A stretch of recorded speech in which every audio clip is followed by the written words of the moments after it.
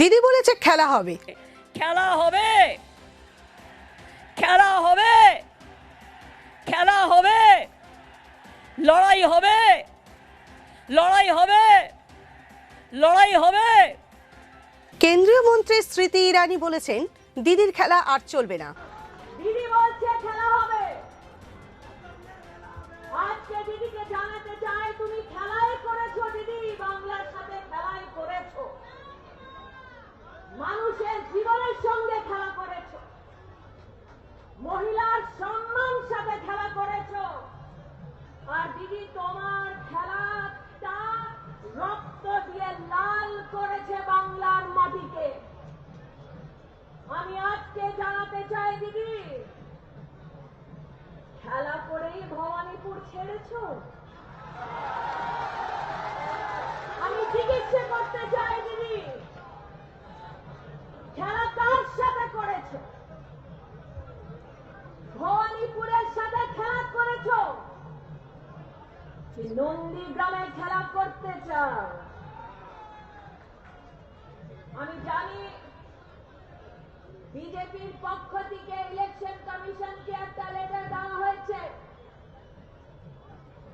ওর জ্ঞাপনে শুভেন্দুদা আপনারা সবাইরা ইলেকশন কমিশনকে জানিয়েছে যে ডিএম আর এসপি বসে থানায় তৃণমূল সাথে কি খেলা করছে।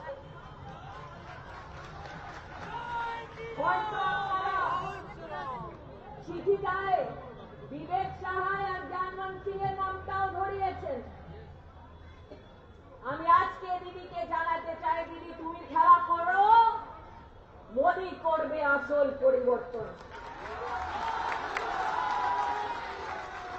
এদিকে প্রার্থী পছন্দ না হওয়ায় বিজেপিতে রাজ্যের বিভিন্ন জায়গায় বিশৃঙ্খলার ছবি দেখা যাচ্ছে।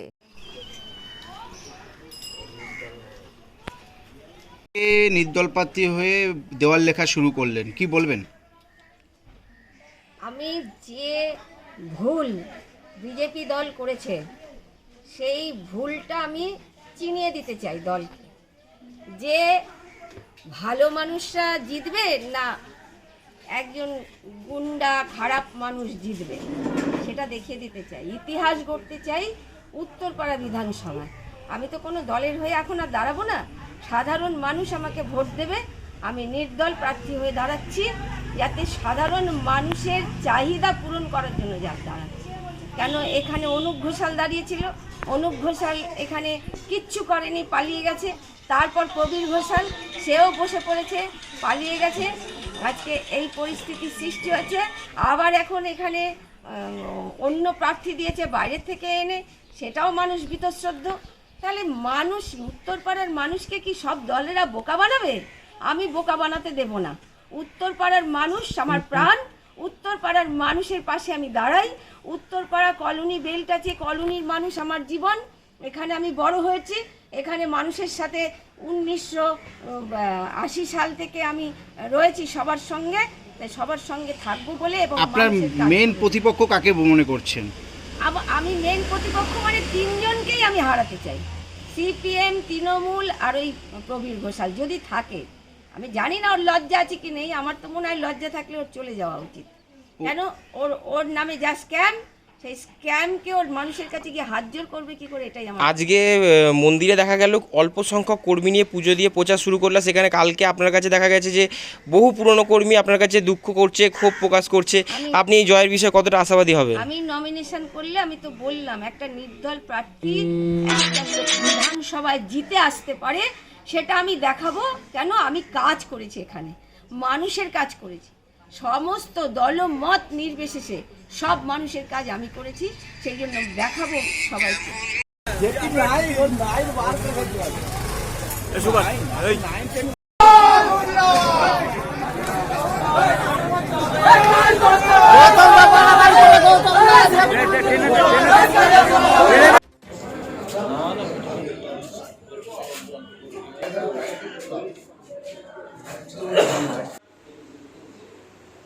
হুগলি জেলার সপ্তগ্রামে সদ্য তৃণমূল থেকে আসা বিজেপিতে জয়েন করা নিয়ে একটা উত্তেজনা সৃষ্টি হয়েছে। আমি বিজেপি কর্মীদের কাছে আবেদন রাখব, দল এটাকে সিদ্ধান্ত নিয়েছে, তাদেরকে জয়েন করিয়েছে, তা সেই প্রতিবাদ দলের কাছে করা উচিত। সেই প্রতিবাদ রাস্তাঘাটে দাঁড়িয়ে বা পার্টি অফিসে এসে যেভাবে ভাঙচুর চালিয়েছে, এটা খুবই দুঃখজনক ব্যাপার। তাই আমি সপ্তগ্রামের সমস্ত বিজেপি কর্মীদেরকে আবার হাত জোর করে অনুরোধ করব যে আপনারা ভারতীয় জনতা পার্টিকে ভালোবাসেন। ভারতীয় জনতা পার্টি একটা আদর্শ পার্টি, যার রীতিনীতি সম্পূর্ণ আলাদা। তাই অযথা এইভাবে রাস্তায় নেমে বিক্ষোভ, এইভাবে রাস্তায় নেমে হইচই আপনারা করবেন না। কারণ যদি কোনো ভুল থাকে সেটা দলের মধ্যে বসে আলোচনা করে নিশ্চয়ই এটা কোনো ব্যবস্থা হবে। রাস্তায় নেমে বা পার্টি অফিসে গিয়ে ভাঙচুর করা এটা শোভা পায় না। আমি জেলার সভাপতিকে বলবো, যদি এই ধরনের ঘটনার সঙ্গে যারা যুক্ত আছে যদি চিহ্নিত করা যায় তাহলে অবিলম্বে তাদের বিরুদ্ধে ব্যবস্থা নেওয়া হোক। প্রথম থেকেই বলে আসছিলাম যে একটা উশৃঙ্খল দল এবং বহিরাগতদের দল। বাংলার কোনো সেন্টিমেন্ট এদের কালচারে নেই, যা হবার তাই হচ্ছে। সন্ধ্যাবেলায় অফিস ভাঙচুর করা হতো, ওই যে তৃণমূলের ছেলেরা কিনে ভেঙেছে। তৃণমূলের কোনো দরকার পড়েনি বিজেপির অফিস ভাঙার। মিডিয়ায় সারা বাংলার মানুষ দেখছে। আজকাল তো প্রত্যেকের হাতে মোবাইল। একটা দেখাক যে ওদের তো সিসিটিভিও আছে, যা শুনেছি, একটা তৃণমূলের ছেলে আছে, ওদের গৃহযুদ্ধ চলছে। শুধু হুগলিতে নয়, সারা বাংলায় গৃহযুদ্ধ চলছে। একটা বিশৃঙ্খল দল, অশান্তির দল, বহিরাগতর দল। এদের কাছ থেকে মানুষ এর চাইতে বেশি কিছু আশা করতে পারে না। এরকম গৃহযুদ্ধ চলবে, ভোটের পরে কি হবে? ভোটের পরে তো এদের লোক খুঁজে পাবে না, কারণ সব আসনে তৃণমূল জিতবে, 250-এর উপর তৃণমূল জিতবে। আর চুঁচুড়াতেও মমতা ব্যানার্জির উন্নয়নের পক্ষে ভোট হবে। সারা বাংলাতেই তাই হবে। অতএব নির্বাচনের পর 2রা মে বেলা 10টা-11টার পর এদের খুঁজে পাওয়া যাবে না। দলের লোকই হচ্ছে রকেটের নামে অভিযোগ চলছে, তিনি নাকি ঘুষ নিয়ে টাকা নিয়ে সপ্তগ্রামে একজন। আমরা সেটা জানি না, আমি এসব বলতে চাই না। ওদের দলের লোকেরাই তো বলছে। এর আগেও তো লকেট ওই রাজহাটে কোথায় গিয়েছিল, সেখানে বলছে 2 বছর ওকে কেউ দেখতে পায়নি। আমরা বলছি না তো, ওদের দলের লোক বলছে। এটা সুস্থ মানুষ বিচার করবে, দেখবে। একটা উশৃঙ্খল দলের হাতে সরকার যাবে, বাংলার মানুষ সেটা চায় না। প্রমাণ হয়ে গেল একটা উশৃঙ্খল দল এবং বহিরাগতদের দল। বাদ নেই কংগ্রেসেও। অবিলম্বে বিধানসভা প্রার্থী পরিবর্তন করতে হবে, প্রার্থী প্রত্যাহার করতে হবে। অপদার্থ অযোগ্য হুমান রাজাকে মানছি না। দেখুন, আব্বাসুদ্দিন সাহেব অনেকদিন ধরে দলটাকে ধরে রেখেছেন। তিনি বছরে মানুষকে শুধু চাই খাওয়ান, তার অফিসে বছরে না হলে 3 লাখ টাকা চা খাওয়ান। প্রতিদিন যদি 500 টাকা করে খরচ হয়, এভাবে তিনি সংগঠনটাকে ধরে রেখেছেন। মানুষের সঙ্গে যতগুলো অঞ্চল সভাপতি, বুথ সভাপতির মধ্যে সংযোগ রক্ষা করেছেন। তারপরেও তিনি এআইসিসি থেকে নাকি ওই কোম্পানিদের, কিছু কোম্পানিদের, সব কোম্পানি না, কিছু কোম্পানিদের অনুপ্রেরণায় টিকিটটা পেয়েছেন।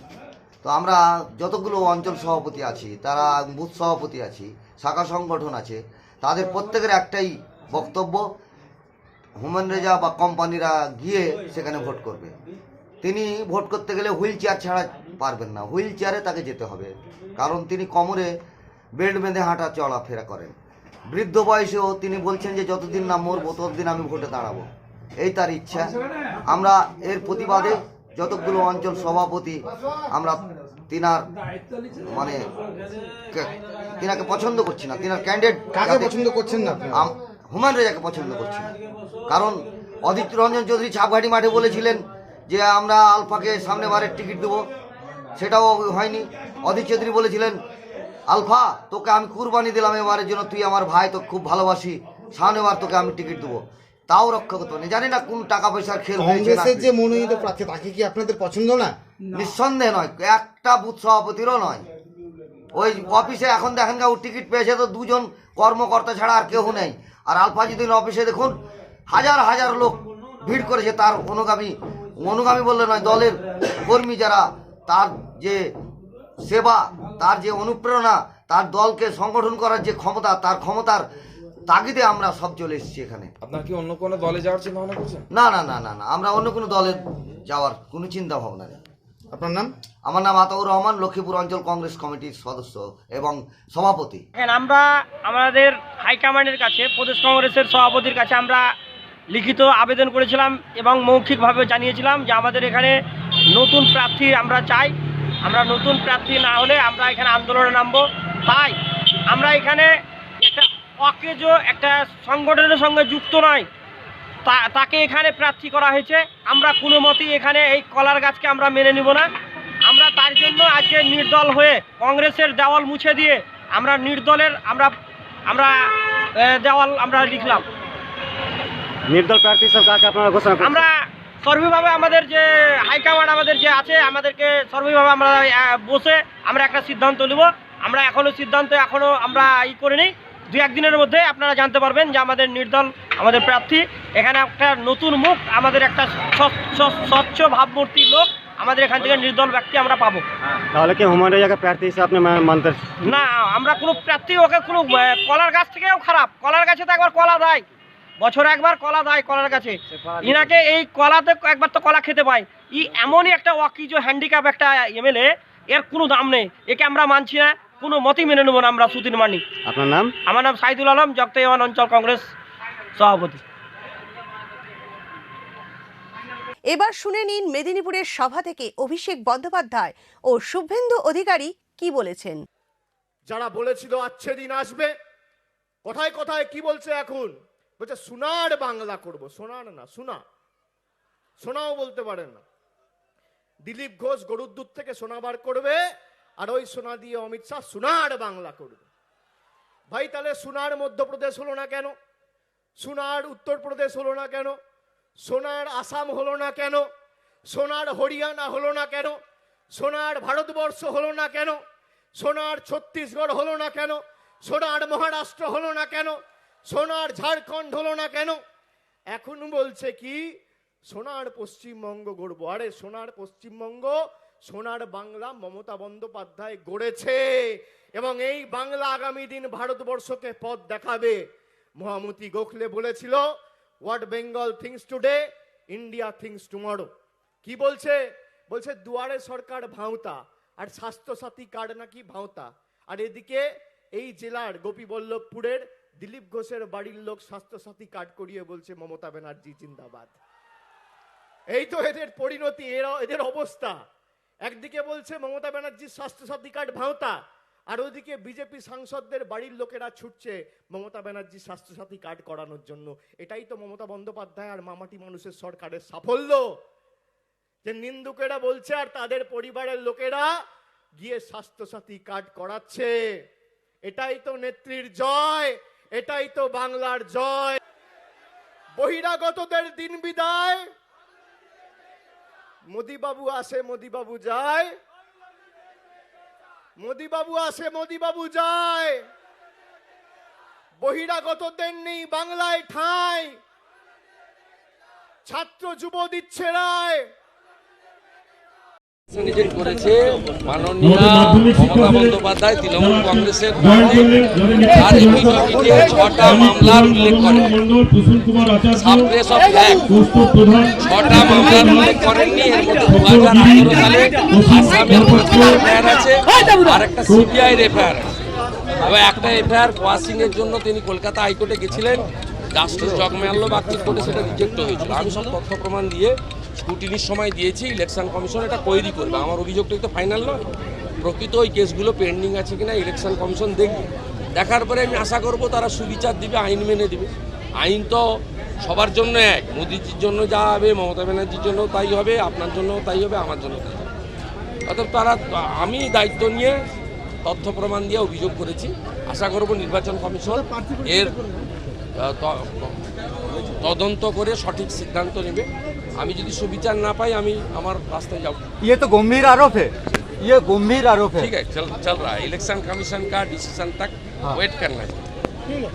দেখে নিন, শ্যামাপ্রসাদ বাবু টিএমসি ছেড়ে বিজেপিতে গিয়েছিলেন, তবে বিশেষ কোনো লাভ না হওয়ায় দুর্গাপুরের এক বেসরকারি হোটেলে মুখ্যমন্ত্রী মমতা বন্দ্যোপাধ্যায়ের সঙ্গে দেখা করতে যান। তারপর কি হলো দেখে নিন। তারপরে একটু পতাকাটা নামা।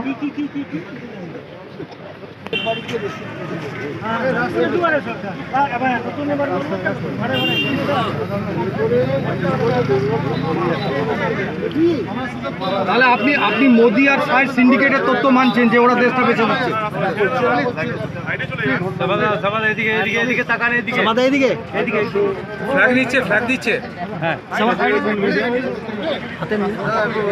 সমাধিকে আপনি ফ্ল্যাগ নেবেন নাকি? তৃণমূলের ধরে নেন, তৃণমূলের ফ্ল্যাগ নেবেন, ধরে নেন। মিঠুন তুমি সেলফি করছো কেন? মোবাইলটা করিস না, সবাই মোবাইলটা করলে অসুস্থ করে যাবে। ছবি দিয়ে দেবো তো, ছেড়ে দে।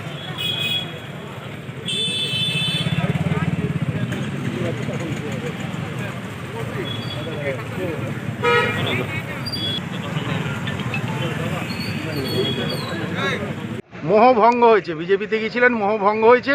তিনি আবার ফিরে আসার জন্য মাননীয় মুখ্যমন্ত্রী মমতা বন্দ্যোপাধ্যায়ের কাছে দরবার করতে এসছেন। আমরা মাননীয় মুখ্যমন্ত্রীর কাছে আবেদন করব তিনি সমস্ত বিষয় খতিয়ে দেখে যেন এই সমস্ত জিনিসগুলোকে নেন। কারণ ভোটের সময় হয়তো টিকিট পাননি, আমার যা মনে হচ্ছে ভোটের সময় টিকিট পাননি, তিনি তার মোহ ভঙ্গ হওয়াতে তিনি আবার তৃণমূলে ফিরে আসতে চাইছেন। কি বললেন যখন কথা বলতে গেলেন? তিনি কথা বললেন, তিনি আসার চেষ্টা করছেন। এবারে মাননীয় মুখ্যমন্ত্রী মমতা বন্দ্যোপাধ্যায় ওনাকে সময় দেবেন কিনা সেটা এখনও জানা যায়নি। কি নাম আপনার? রমাপ্রসাদ হালদার, চেয়ারম্যান 2 নম্বর বড় কমিটি, দুর্গাপুর নগর নিগম। জানিয়ে আসার ব্যাপার নেই তো, আমি তো কারুকে না I am not practically in that line. দল কি প্রার্থী করছে না বলে? না হোয়াট ইজ দিস? এটা পলিটিক্যাল, দিস ইজ মানে part of the politics always. না আমরা যে মানে ক্যান্ডিডেট আপনি তো চেয়েছিলেন ক্যান্ডিডেট করতে, সে তো অনেকেই চেয়েছে। There are so many person who intended to be the candidate. তো না ক্যান্ডিডেট করেনি সেই জন্য no that is not my personal business. ব্যক্তিগত সম্পর্ক এখনো মমতা বন্দ্যোপাধ্যায়ের সঙ্গে রয়েছে, আপনার কথা হয়? না কথা হয় না, কিন্তু উনি আমাকে কিছু দলের বিরুদ্ধে ক্ষোভ করে দিয়েছেন, তাহলে এখন আবার অনেক কিছু বলিনি, বলি বোধহয় ভুল সাংবাদিকতা করছে। কাজ না করতে পারার যেটা অভিযোগ ছিল স্যার, নো কাজ না করতে পারে সেটা তো একটা দেখো, দলের মধ্যে অনেকগুলো ব্যাপার থাকে, সেই ব্যাপারের মধ্যে একটা ব্যাপার। এত ব্যাখ্যা করে আবার কি দলে ফিরবেন? ওটা আমি পরে বলবো। রাস্তা কি খোলা রাখছেন? নো আরে পলিটিক্স করতেই হবে, ইলেকশন করতেই হবে, এর কোনো ব্যাপার আছে কি?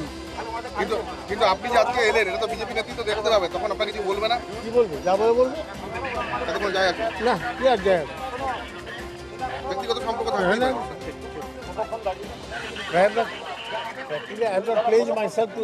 কতক্ষণ দাঁড়িয়ে আছেন?